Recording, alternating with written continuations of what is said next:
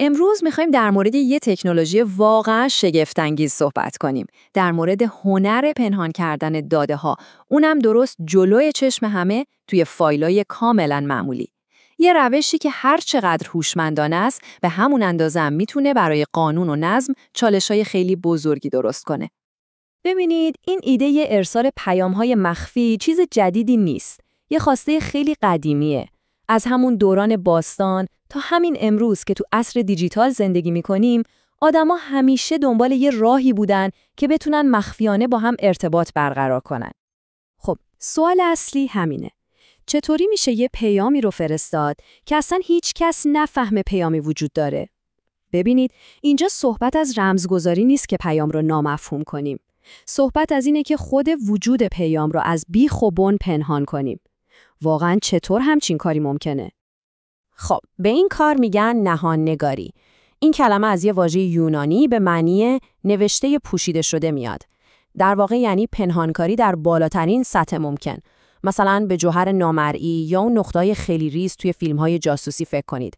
هدف همیشه یه چیز بوده. فرستادن پیامی که فقط و فقط گیرنده‌ای که باید از وجودش باخبر بشه.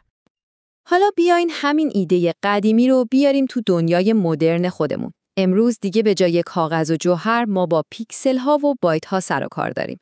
پس سوال اینه، چطوری میشه یه راز رو توی یه عکس کاملاً ساده پنهان کرد؟ خب، جادوی کار اینجا توی کل تصویر نیست، بلکه توی کوچکترین و بی اهمیت ترین بخشای هر پیکسل پنهان شده. یعنی یه سری تغییرات خیلی خیلی جزئی و نامحسوس توی فایل عکس ایجاد می‌کنیم. تغییراتی که چشم ما اصلاً نمیتونه تشخیص بده، ولی از کامپیوتر راحت میتونه اونها رو بخونه. این روش بهش میگن LSB، یعنی بیت کم ارزش. بذارید ساده بگم چطور کار میکنه. ببینید، هر پیکسل رنگی از 3 تا عدد برای قرمز، سبز و آبی تشکیل شده، درسته؟ روش LSB میاد و فقط آخرین بیت این عددها رو، یعنی بی اهمیت ترین بخش داده رنگی رو با بیت پیام مخفی ما عوض میکنه. این تغییر اونقدر جزئیه، مثل این میمونه که رنگ یه دونه شن رو توی یه ساحل عوض کنی. چشم ما اصلاً و ابداً متوجه این تفاوت نمیشه، ولی کامپیوتر میتونه اون رو پیدا کنه و بخونه. حالا به این دوتا عکس نگاه کنید. یکیشون عکس اصلیه. اون یکی یه پیام مخفی توش داره. میتونید بگید کدومشونه؟ احتمالاً نه.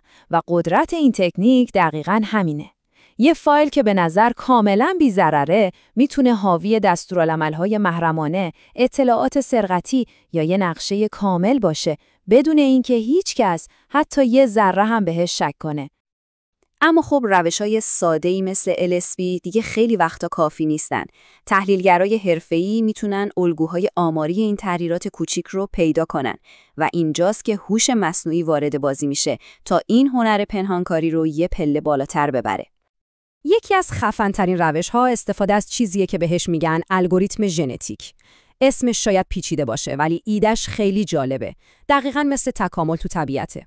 کامپیوتر میاد 10 روش شانسی برای پنهان کردن داده درست میکنه، بعد تستشون میکنه ببینه کدوما ضعف دارن. بعد اون قوی‌ترین و موثرترین روش‌ها رو با هم جفتگیری میده تا یه نسل جدید و بهتر بسازه. این چرخه انقدر تکرار میشه تا بالاخره یه الگوریتم برتر، یه روشی که تقریباً غیر قابل کشف، تکامل پیدا کنه. و این فقط حرف و تئوری نیستا. این جدول رو نگاه کنید. این داده‌ها نشون میدن که روش‌های هوش مصنوعی چقدر بهتر عمل میکنن. ببینید، امتیازهای بالاتر یعنی تصویر کمتر خراب شده و داده‌های مخفی رو سخت‌تر میشه پیدا کرد. به زبان خیلی ساده، هرچی کیفیت عکس دستکاری شده به عکس اصلی نزدیکتر باشه، یعنی تغییرات کمتر بوده و خب هرچی تغییرات کمتر باشه پیدا کردنش هم سخت‌تره. خب، تا اینجا دیدیم که این تکنولوژی چقدر قدرتمنده. اما حالا میرسیم به بخش حساس ماجرا، به اون روی سکه. وقتی این ابزار فوق‌العاده قدرتمند دست آدم‌های اشتباهی بیفته چی میشه؟ بله، این فناوری واقعاً شگفت‌انگیزه. ولی اگه اون فایل مخفی شده یه شعر عاشقانه نباشه چی؟ اگه یه نقشه برای یه توطئه جنایی باشه، اون وقت چی؟ اینجاست که مشکلات بزرگ برای سیستم قضایی شروع میشه. چالش‌ها واقعاً عمیقن. مثلا چطوری میشه ثابت کرد که این پیام مخفی رو واقعاً خود متهم توی این فایل گذاشته؟ از کجا معلوم که این داده ها بعداً دستکاری نشدن و اینکه چطور میشه ثابت کرد خود فایل دستکاری نشده؟ اینا سوالای اساسیه که هر دادگاهی باهاش روبرو میشه. برای اینکه عمق این مشکل رو بهتر بفهمیم، باید یه نگاهی به تفاوت اصلی بین مدرک فیزیکی و مدرک دیجیتال بندازیم. ببینید، کل سیستم‌های حقوقی ما برای یه دنیای فیزیکی طراحی شدن، نه دنیای مجازی. فکر کنید به یه مدرک سنتی، مثلا یه چاقو یا یه دست‌نوشته. اینا چیزای فیزیکی هن، پایدارن و تغییر دادنشون بدون اینکه ردی به جا بمونه خیلی سخته. اما یه مدرک دیجیتال چیه؟ یه مش 0 و 1. به راحتی میشه کپیش کرد، تغییرش داد یا کلاً حذفش کرد، اونم بدون اینکه هیچ ردی ازش باقی بمونه. همین ماهیت ناپایدار و فرارشه که استناد بهش توی دادگاه رو اینقدر پیچیده میکنه. این نقل قول از یه مجله حقوقی دقیقاً به قلب مشکل میزنه. تضمین امنیت، اعتبار و اصالت داده‌ها در فضای مجازی امری به غایت دشوار است. خب وقتی خود اصالت و اعتبار یه مدرک زیر سواله، چطوری میشه بر اساس اون عدالت رو اجرا کرد؟ پس در واقع چیزی که ما داریم می‌بینیم یه جور مسابقه تسلیحاتی پنهانه، یه رقابت مداوم و نادیدنی. یه طرفش نوآورای تکنولوژی هستن که دارن ابزارهای قوی‌تری می‌سازن و طرف دیگه سیستم قضایی است که داره تلاش می‌کنه خودش رو به این سرعت سرسام‌آور برسونه. از یه طرف، هدف مهندس‌ها و فناورها روشنه.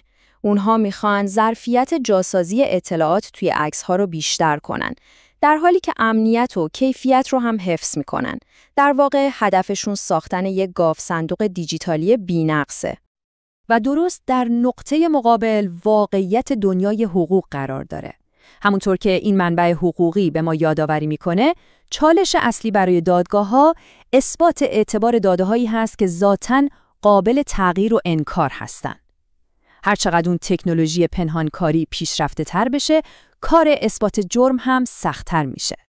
پس ببینید این یه نبرد واقعیه، نبردی بین اونایی که دارن گاو صندوقای دیجیتال غیر قابل نفوذ میسازن و اونایی که دارن تلاش میکنن یه جرمی رو ثابت کنن در حالی که اصلا نمیتونن اون گاو صندوق رو پیدا کنن. این دوتا هدف دقیقاً در تضاد با هم قرار دارن.